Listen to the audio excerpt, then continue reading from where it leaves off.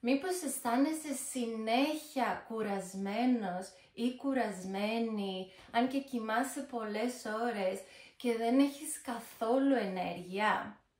Εάν ναι, μπορεί να έχεις έλλειψη σιδήρου. Γεια σας, με λένε Νάσια και είμαι θεραπευτής διατροφολόγος. Το σώμα μας έχει τη δυνατότητα να αυτοθεραπεύεται φυσικά και εγώ είμαι εδώ για να σου δείξω πώς με τη διατροφή μπορείς να ενισχύσεις αυτό το μηχανισμό. Γιατί είναι τόσο σημαντικό να δώσουμε προσοχή στην έλλειψη σιδήρου?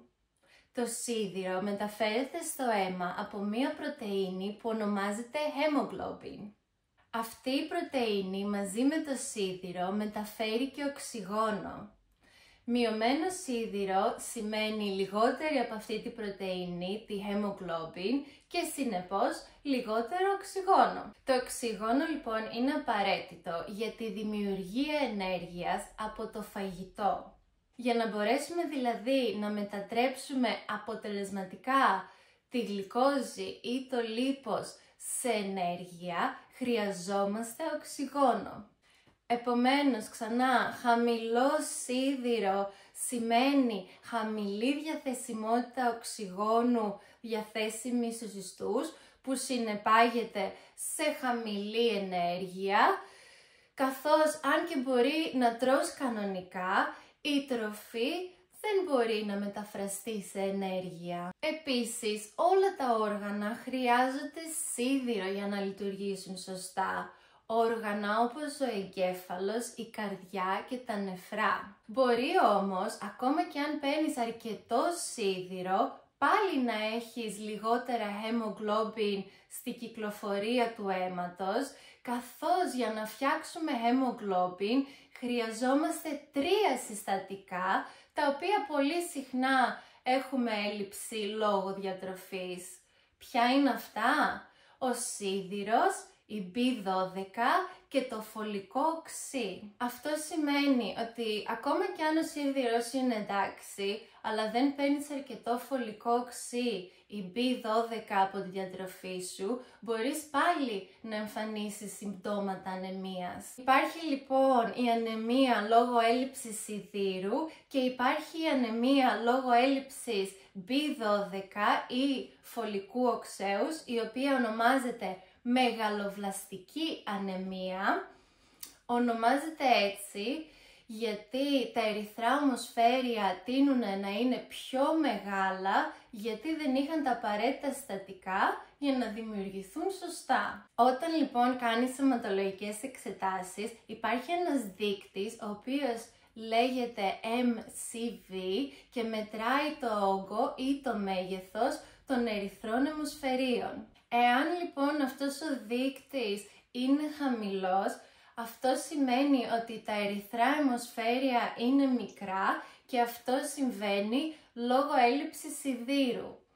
Εάν όμως αυτός ο δείκτης είναι μεγάλος, σημαίνει ότι τα ερυθρά αιμοσφαίρια είναι μεγάλα, μεγαλύτερα από όσο έπρεπε, και αυτό συμβαίνει λόγω έλλειψης βιταμίνης B12 ή φωλικού οξέους. Πάμε λοιπόν να δούμε τα συμπτώματα έλλειψης σιδήρου, B12 και φωλικού οξέους ξεχωριστά, και αν νομίζεις ότι έχεις κάποια από αυτά, καλό είναι να κάνεις αιματολογικές εξετάσεις για να διορθώσεις την έλλειψη και να δεις τα επίπεδα ενέργειάς σου να αυξάνονται. Πριν ξεκινήσουμε όμως με τα συμπτώματα έλλειψης σιδήρου, ας μιλήσουμε λίγο για το γιατί μπορεί να έχεις έλλειψη σιδήρου. Νούμερο 1. Οι γυναίκες τείνουν να έχουν πιο συχνά έλλειψη σιδήρου και αυτό συμβαίνει λόγω της περίοδου.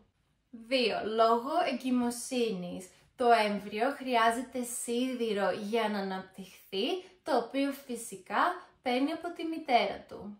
3. Δεν υπάρχει αρκετή πρόσληψη σιδήρου από τη διατροφή. 4. Δεν λειτουργεί σωστά η πέψη μας ή τα οξέα του στομάχου είναι χαμηλά. Αυτό μπορεί να συμβεί είτε επειδή τρώμε στρεσαρισμένοι, είτε λόγω κακής διατροφής, χαμηλή σε πρωτεΐνη είτε επειδή τσιμπολογάμε συνεχώς ή πίνουμε πολύ νερό ή αναψυκτικά με τα γεύματά μας, είτε επίσης λόγω προβλημάτων του πάνκρεας ή ακόμα και λόγω φαρμάκων που χαμηλώνουν τα οξέα όπως το Gaviscon. Και τελευταίο, 5, λόγω υπερβολικής κατανάλωσης αλκοόλ που καταστρέφει το επίστρωμα του εντέρου και υπονομεύει την πέψη. Ποια είναι λοιπόν τα συμπτώματα χαμηλού σιδήρου εκτός από το να αισθάνεσαι κουρασμένος και να έχεις χαμηλή ενέργεια? Είναι να ξυπνάς συχνά κατά τη διάρκεια του ύπνου, ταχυκαρδία, μεγαλύτερη ευαισθησία στο κρύο και κάποια σωματικά συμπτώματα είναι το χλωμό δέρμα, σακούλες, μαύρες σακούλες κάτω από τα μάτια, θαμπά μαλλιά, κυλονυχία και γωνιακή χιλίτιδα. Η έλλειψη βιταμίνης B12 είναι σπάνια για αυτούς που είναι πανφάγοι, αλλά είναι σχεδόν βέβαιη για τους χορτοφάγους, οι οποίοι δεν παίρνουν συμπλήρωμα B12. Κάποιες φορές τα συμπτώματα αργούν να εμφανιστούν γιατί έχουμε δυνατότητα να αποθηκεύουμε B12 έως και 4 χρόνια. Τα συμπτώματα της έλλειψης βιταμίνης B12 είναι επίσης κόπωση και αδυναμία στα πόδια, μούδιασμα των άκρων και των δαχτύλων του ποδιού, κακή ισορροπία και χαμηλά αντανακλαστικά, κακή μνήμη, να ξεχνάς εύκολα, κατάθλιψη, οξυθυμία, βουητό στα αυτιά, πονοκεφάλους, δυσκολία να σε πάρει ο ύπνος και επίσης πολλά από αυτά τα συμπτώματα σε ακραίες περιπτώσεις έλλειψης βιταμίνης B12 είναι μη αναστρέψιμα. Η έλλειψη φωλικού οξέους είναι πολύ συνηθισμένη και αυτό συμβαίνει γιατί δεν έχουμε τη δυνατότητα να αποθηκεύουμε αρκετό επαρκές φωλικό οξύ για μελλοντική χρήση. Γι' αυτό λοιπόν πρέπει να προμηθευόμαστε με συνέπεια το φωλικό οξύ από τη διατροφή μας, με λίγα λόγια να τρώμε τα πράσινά μας κάθε μέρα. Το φωλικό οξύ είναι απαραίτητο για τη δημιουργία νέων κυττάρων στο σώμα. Έτσι, η έλλειψη, πέρα από το ότι μπορεί να επηρεάσει τη δημιουργία ερυθρών αιμοσφαιρίων, επηρεάζει και τα κύτταρα του επιστρώματος του εντέρου, προκαλώντας γαστροεντερολογικά προβλήματα, να δημιουργήσει κακώσεις, δερματικές κακώσεις και προβλήματα στο δέρμα, να υπονομεύσει την ανάπτυξη των παιδιών και των εφήβων, αλλά και να δημιουργήσει αδυναμία και κατάθλιψη. Πώς μπορείς λοιπόν να βελτιώσεις τα επίπεδα σιδήρου? Εάν έχεις σοβαρή έλλειψη, ίσως χρειαστεί να κάνεις θεραπεία σιδήρου, παίρνοντας δηλαδή ένα συμπλήρωμα με υψηλή ποσότητα σιδήρου μέχρι και 3 μήνες, συνδυαστικά B12 και φωλικό οξύ εάν χρειάζεται, καροτενοειδή που γίνονται βιταμίνη Α, και η βιταμίνη Α έχει αυτή την ιδιότητα να ρυθμίζει το μεταβολισμό του σιδήρου και επίσης μπορείς να εντάξεις στη διατροφή σου και τη σπιρουλίνα, η οποία έχει τη δυνατότητα να ενεργοποιεί τη δημιουργία ερυθρών αιμοσφαιρίων στο μυελό των οστών. Συμπληρώματα σιδήρου μπορείς να αγοράσεις από το φαρμακείο.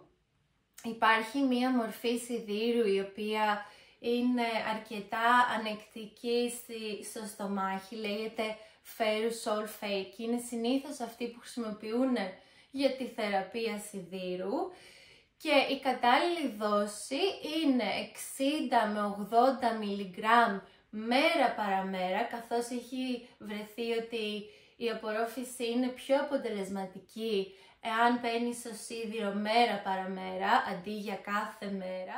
Πηγές σιδήρου για τους χορτοφάγους είναι οι φακές, να τρώτε φακές κάθε μέρα, τα πράσινα φυλλώδη λαχανικά που παρέχουν και φωλικό οξύ, το τόφου και τα προϊόντα σόγιας, οι ξηροί καρποί και οι σπόροι όπως οι κολοκυθόσποροι.